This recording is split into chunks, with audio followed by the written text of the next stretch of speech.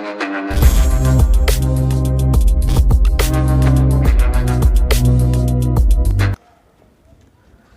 Student, welcome to our channel FK physics. मैं हूं फैजुल्ला खतीब और आज हम लोग फिज़िक्स का एक नया टॉपिक पढ़ने जा रहे हैं, कंजर्वेशन ऑफ लीनियर मोमेंटम। इसका प्रिंसिपल पढ़ेंगे हम लोग, principle of conservation of linear momentum. Previous lecture के अंदर हम लोग ने लीनियर मोमेंटम के इंट्रोडक्शन देखे थे, उसका डेफिनेशन, उसका इक्वेशन, ठीक है। और आज हम लोग उसका कंजर्वेशन देखेंगे। कंजर्वेशन का मीनिंग क्या होता है कि कांस्टेंट होना, ठीक है, यानी मोमेंटम का चेंज ना होना, उसको बोला जाता है यहाँ पे कंजर्वेशन, ठीक है। तो सबसे पहले इसका प्रिंसिपल हम लोग लिखते हैं, प्रिंसिपल। और प्रिंसिपल क्या बताता है अपने को? The total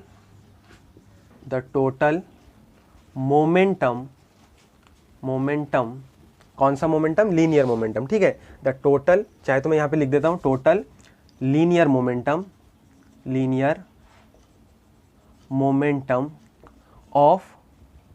of isolated system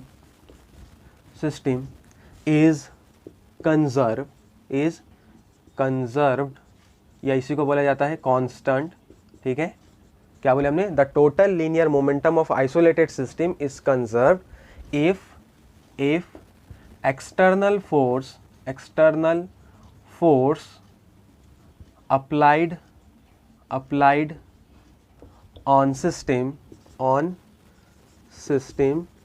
is zero. Clear? यहाँ तक हमने क्या बोले? The total linear momentum of isolated system, ठीक है। किसका टोटल मोमेंटम? यहाँ पे आइसोलेटेड सिस्टम इसको बोलते हैं कि बिल्कुल एकदम अकेला सिस्टम, ठीक है, इसके ऊपर कोई फोर्स वगैरह कुछ या कोई और दूसरा सिस्टम इससे अटैच नहीं है, तो इसको बोलेंगे हम लोग आइसोलेटेड सिस्टम। तो total linear momentum of isolated system is conserve. कब कंजर्व होगा? If external force applied on it zero, मतलब इसके ऊपर लगने वाला जो एक्सटर्नल फोर्स है इसका वैल्यू जीरो हो। इसका क्या मीनिंग हुआ? कि कोई भी एक्सटर्नल फोर्स इसके ऊपर अप्लाई नहीं हो रहा, ठीक है। तो इसको हम लोग क्या करेंगे, सबसे पहले तो इसका इक्वेशन लिख लेंगे कि यहाँ पे हमको क्या बोला है, टोटल लीनियर मोमेंटम को हम लोग रिप्रेजेंट करते हैं पी से। ये हमने प्रीवियस लेक्चर के अंदर देखे है, स्मॉल पी से इसको रिप्रेजेंट करेंगे। पी इज इक्वल टू क्या था फॉर्मूला? mv, और ये क्या रहेगा? ये रहेगा हमारे पास कांस्टेंट, ठीक है। ये हमने प्रीवियस लेक्चर के अंदर देख चुके। Now according to Newton second law,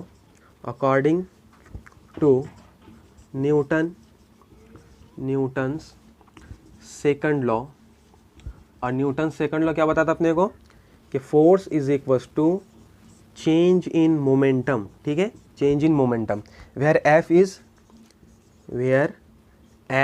is external force. Clear हो गया यहाँ तक कि? अब देखो, अगर ये एक्सटर्नल फोर्स जीरो रहेगा, हम लोग यहाँ पे लिखते हैं कि if external force is zero, क्या होगा? अगर हम लोग F को जीरो कर दे, एक्सटर्नल फोर्स को जीरो कर दे, तो इधर जो हमारे पास में जो मोमेंटम का वैल्यू है, ठीक है, मतलब चेंज इन मोमेंटम है, वो भी जीरो हो जाएगा। मतलब क्या हो जाएगा? dp/dt is equal to zero. अगर ये ऐसा होता है, मतलब यहाँ पर आप देख सकते हैं कि किसका डिफरेंशिएशन जीरो हुआ? P का डिफरेंशिएशन जीरो। और आपको पता है कि डिफरेंशिएशन जीरो किसका आता है? कांस्टेंट का। तो इसका मतलब यहाँ पे क्या हो गया? Since P is equal to constant, ठीक है। तो ये हो गया यहाँ पे हमारा प्रूफ कि जो लीनियर मोमेंटम है वो कब कंजर्व होगा या कांस्टेंट होगा? जब इसके ऊपर लगने वाला एक्सटर्नल फोर्स जीरो होगा, ठीक है। तो इसको हम लोग एक एग्जाम्पल से समझते हैं। वो एग्जाम्पल यहाँ पे लिखेंगे।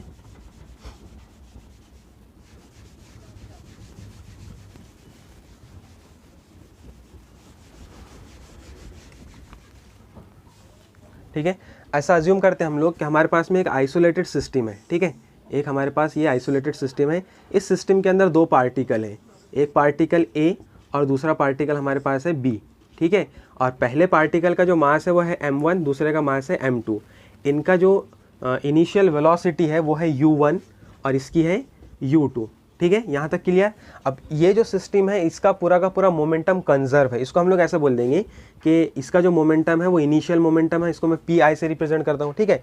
अब क्या हुआ कि ये दोनों भी पार्टिकल एक ही डायरेक्शन के अंदर मोशन कर रहे हैं, ठीक है। तो एक ही डायरेक्शन में मोशन करने में क्या होगा कि अगर इसकी स्पीड थोड़ी सी स्लो है, ऐसा अज्यूम करते हैं हम लोग कि m2 पार्टिकल की जो स्पीड है वो थोड़ी सी स्लो है as compare to m1 particle, तो ये m1 पार्टिकल m2 पार्टिकल से जाके कोलाइड होगा, टकराएंगा, ठीक है।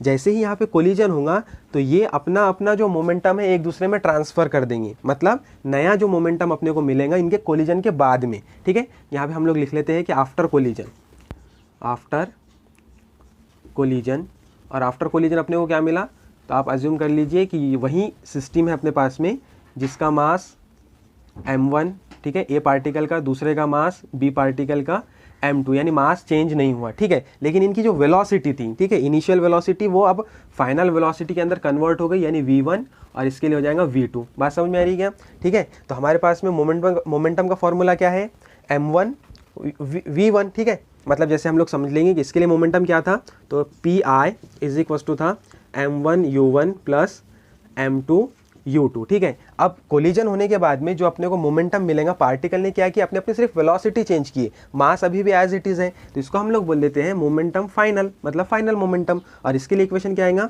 Final momentum is equal to m1v1 plus m2 v2, ठीक है। यहाँ पे क्या हुआ, मतलब जितने अंदर के जितने पार्टिकल थे, सिस्टम के अंदर के जो पार्टिकल थे उनका मोमेंटम चेंज हुआ, लेकिन ओवरऑल पूरे सिस्टम का मोमेंटम कंजर्व रहा, कांस्टेंट रहा। यानी जितना मोमेंट ऑफ इनर्शिया इनिशियल में था उतना ही मोमेंट ऑफ इनर्शिया फाइनल में रहेगा। यानी हम लोग लास्ट में लिख सकते हैं कि पी आई मतलब initial momentum is equal to P F मतलब फाइनल मोमेंटम, ठीक है। तो ये रहा इसका प्रूफ, ये एग्जाम्पल से हम लोग इजीली समझ सकते हैं, ठीक है। तो बहुत आसान कॉन्सेप्ट था। आई होप ये वीडियो आपको समझ आया होगा। मिलते हैं नेक्स्ट वीडियो में। Thank you.